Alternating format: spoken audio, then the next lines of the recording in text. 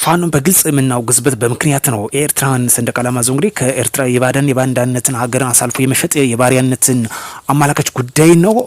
ስለዚህ ይህ የሚያመላክተውን ጉዳይ በግልጽ እናነሳዋለን። ሌላኛው ጉዳይ ኤርትራ ማስታወቂያ ሚኒስትር መግለጫ ሰጧን። እሱ ጉዳይ ምንዳስሰው ይሆናል። እንዲሁም ደግሞ ከግብጽ የሰጠችው ዋና መስኖ ሚኒስትሯ በኩል እሱን የምንዳስስ ጉዳይ ይሆናል። ከዛ በፊት ግን ወደ መቀሌ ቀጥታ የምናቀና ነው የሚሆነው። የተሰማ ትኩስ መረጃዎች አሉ፣ እነሱን እንዳስሳለን ማለት ነው።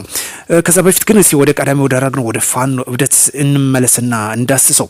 በዋነኝነት እዚህ ጋር ማንሳት ያስፈልገው ኤርትራን ሰንደቅ ዓላማ ይዞ ወይ ጥምዶ ከኤርትራ ጋር ምንድንስ አንድምታ አለው ወይስ ምን ያመላክተን የሚለው በዋነኝነት ማንሳታችን ያስፈልጋል።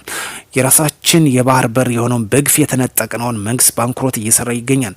እነዚህ ከኤርትራ ጋር አብረን መተባበር አለብን ብለው የኤርትራ ሰንደቅ ዓላማ ሲይዙ አንድ ነገር ማስታወስ ያስፈልጋል።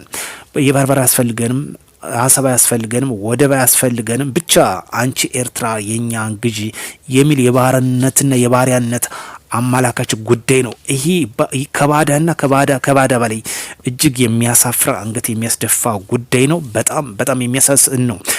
ሌላኛው ይሄ በህዝብ እኮ ብቻ አልበቃም፣ ከህወሓትም ጋር ጥምዶ ፈጥረናል ብለው ባለፈው በሶሻል ሚዲያ ሲዘወር ተመልክተናል። በጣም እዚህ ጋር ሁሌ የምናስታውሰው ደግሜ የምናገረው ማይካድራ ህወሓት የጨፈጨፈውን በጅምራ አማራን የጨፈጨፈው ተረስቶ ዛሬ አዛጋ ሲሰራ ፋኖ እንደማያስፈልግ በግልጽ አመላካች እነዚህ ዋና ፖይንቶች ስላሉ ነው። ስለዚህ ፋኖ ለአማራ ህልውና ለሚታገለው ለራሱ ጥቅም እና ጥቅም ብቻ መሆን በግልጽ የሚያሳይ። ለዚህ ደግሞ እንደ ዋነኛነት ጥሩ አካሄድ የምጠቅሰው ማስረሻ ሰጤ ነው። ከሻቢያ ጋር አንሰራም በማለት ከህወሓት ጋር አንሰራም በማለት በግልጽ የመከተው ማሞን መግለጫ ሲያጣጥሉ የተመለከትን። ስለዚህ እንደዚህ አይነት ሰው ያስፈልጋል። ምንም የሀሳብ ልዩነት ይኑር፣ ግን አቋሙን ግን እደግፋለሁ። ምክንያቱም ተገቢና ተገቢ ጉዳይ ስለሆነ ነው። ወደ ዋና ፖይንታችን ስንመለስ በተለይ አሁን ሰሞኑ የወጣ መረጃ ላይ ኢትዮጵያ የግብጽን በሱዳን የተከሰተውን ጎርፍ ከታላቁ የኢትዮጵያ ህዳሴ ግድብ ጋር በማያያዝ ያቀረበችው ውንጀላ መሰረተ ቢስ ስትል ውድቅ አድርገዋለች። ግብጽ እንግዲህ በውሃና መስኖ ሚኒስትሯ በኩል ባወጣቸው መግለጫ ሰሞኑን በሱዳን የተከሰተው ነው የጎርፍ በግድቡ አስተዳደር ችግር የተፈጠረ ነው በሚል ወንጀላ አቅርባ ነበረ። ይህም በተመለከተ እንግዲህ የኢትዮጵያ የውሃና መስኖ ሚኒስትሯ ውድቅ ማድረጉ አመላክቷል ማለት ነው። በተለይ በሱዳን ጎርፍ ተከስቷን። ይህ ተከስተው ጎርፍ ግን ከታላቁ ህዳሴ ግድብ ጋር በተያያዘ ችግር የተፈጠረ ነው የሚልም በዋና ሚኒስትሯ የሰጠችው መግለጫ ነው። ይህን በተመለከተ ደግሞ ኢትዮጵያ የሰጠው መግለጫውን በመግለጫ ያጠፋ ምላሽ ሰጧም ማለት ነው። እናመሰግናለን። ስለዚህ እንደነዚህ አይነት ባዳና ሀገሮች በእኛ ላይ እንግዲህ ክስ የሚያቀርቡ ለዚህ ተባባሪ የሆኑ ደግሞ እንደነ ፋኖ እንደ ሸኔ እንደ ህወሓት ያሉ ቆሻሻ የሆኑ በሽታ የሆኑ አሉ። እነዚህን ደግሞ እስከ ፍጻሜው ማጥራት ያስፈልጋል።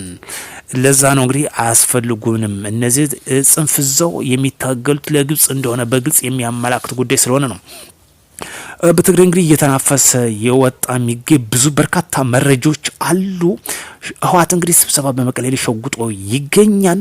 በትግራይ ክልል ሰባታ እንደርታ ወረዳ አመራሮች በህወሓት የተፈጸመባቸውን ከበባ ሰብረው መውጣታቸው ተሰምቷል።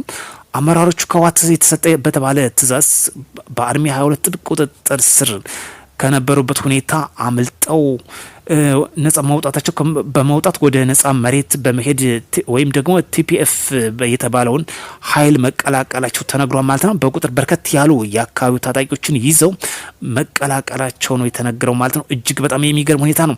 ስለዚህ የህወሓትን ክንፍ ለመስበር በከፍተኛ ሁኔታ እየተንቀሳቀሰና በፍጥነት እያደገ የሚገኘው ነጻ የትግራይ መሬት ተብሎ የሚታወቀው ድርጅት በከፍተኛ ሁኔታ ህወሓትን ለማስወገድ እየሰራ ይገኛል።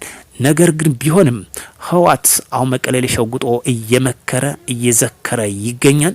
እዚህ ቀደም ብሎ እንግዲህ በ78 ሰዓት ልዩነት የኢትዮጵያ አየር ኃይል ዋና ጀነራል አዛዥ ይልማ መርዳሳም መግለጫ ሰጧን።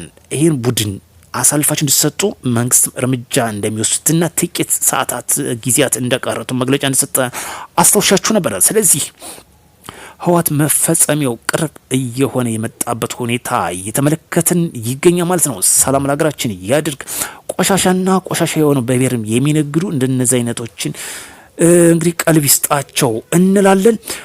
ኤርትራ ማስታወቂያ ሚኒስትር የማነ ገብረ መስቀል መስቀልም መግለጫ ሰጥቷን። መግለጫ የሰጠው እንግዲህ ኢትዮጵያ የኤርትራን የሀገር እውቅና መንጠቅ እንደምችል በሰጠችው መግለጫ እሱም የኤርትራ ማስታወቂያ ሚኒስትር የሆነው የማነ ገብረ መስቀልም ይህን በተመለከተ እንግዲህ መግለጫ የሰጠው ነጻነታችን እያገኘ ነው በራሳችን በክንዳችን እንደሆነ የሚዳስስ መግለጫን የሰጠ ነገር ግን የሰጠችው ኢትዮጵያ ነች። ማዘር ኦፍ ስቴት ፐርሚሽን የሚባል አለ የዓለም አቀፍ ሕግ። በዚህ መሰረት ኢትዮጵያ እንግዲህ ኤርትራን የሀገር እውቅና ሰጣታለች። ይህን ደግሞ የመንጠቅም ሙሉ መብቷ ነው እንጂ መግለጫ የኤርትራ ማስታወቂያ ሚኒስትር መግለጫ ስላልሰጠ አይደለም። ማዘር ኦፍ ስቴት ፐርሚሽን በሚለው ሕግ የዓለም አቀፍ ሕግ መሰረት ኢትዮጵያ የመንጠቅ መብቷ ስለሆነ ይህን መግለጫ የሰጠችው ይህን መሰረት በማድረግ ነው። ይህ መግለጫ ደግሞ የኤርትራ ማለት የእስራኤል ተገቢነት ትክክለኛ መሆኑን በመግለጫ እንሰጠች የወጣ የሚገኝ መረጃ አለ። እሱን አጠናክረን የምንመለስበት ጉዳይ ነው የሚሆነው። ውድ ቻናል ቤተሰብ ተከታታዮች አዲስ የሆናችሁ ሰክተር ቤተሰብ ትሆኑ ዘንድ በአክብሮት እንጠይቃለን። እንደነዚህ ቆሻሻ አይነት በቬሪተም እየነገዱ የሚገኙትን ገመናቸውን ከማጋለጥ ወደ ኋላ አንልም። ሀገራችን ለዘላለም ትኑር ትለምልም። ልማት ራያችን ብቻ ይሁን፣ ዘረኝነት ይውደም። ስለዚህ እንደነዚህ አይነት ባዳ የሆኑ ከህዋትና ከሻዕቢያ ጋር ጥምዶ በማልት እንሰራለን የሚል ሰንደቅ ዓላማ ጨርቅ እዛው የሚያውለበልቡ ሀገር ሻጮችን ገመናቸውን ከስር መሰረታቸው እያወጣን እንግዲህ ከማስጠት ወደ ኋላ አንልም። እንደ ኢትዮጵያ አስበን እንደ ኢትዮጵያ ኑረን እንደ ኢትዮጵያ እንሞታለን። ስለዚህ ውድ ቻናል ቤተሰብ ተከታታዮች የማይጠቅመን የማይረባን ባንከተል መልካም ነው። ሀሳብ ያስፈልገናል።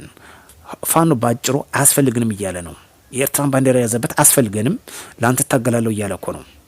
ለአማራ ክልል የሚታገል ከሆነ ለአማራ ክልል ያስፈልገዋል፣ ለኦሮሚያ ክልል፣ ለሁሉም ክልል ያስፈልገዋል። ይህ የህልውና ጉዳይ ነው። የህልውናችን ጉዳይ የሚፈታተነው ያሰብ የወደብ አልባን በመሆናችን ነው። ይህ ደግሞ የሚያስፈልገን ትክክለኛ ተገቢው ጥያቄ ነው። ይህን ደግሞ አለመቀበል ለአማራ ህልውና ታገላለሁ ማለት በጆሮ ላይ እንደ ማለት ነው። ውድ ቻናል ቤተሰብ ተከታታዮች ይህ የሚያሳፍርና የሚያሳዝን ጉዳይ ነው። ስለዚህ እንደነዚህ አይነት ድርጊቶችን ከስር መሰረታቸው ገመናቸውን ከማጋለጥ ወደ ኋላ ማለት የለብንም። አዲስና ትኩስ መረጃዎች እንዲደርሳችሁ ሰብስክራይብ በማድረግ ቤተሰብ ትሆናላችሁ። ሀሳብና ሴት ካላችሁ በፌስቡክ ድረገጽ ላይ ብትልኩልኝ የምቀበል ይሆናል። በሌላ ቪዲዮ እስክመለስ መልካም ምሽት እንዲሆንላችሁ ከወዲሁ ተመኘው።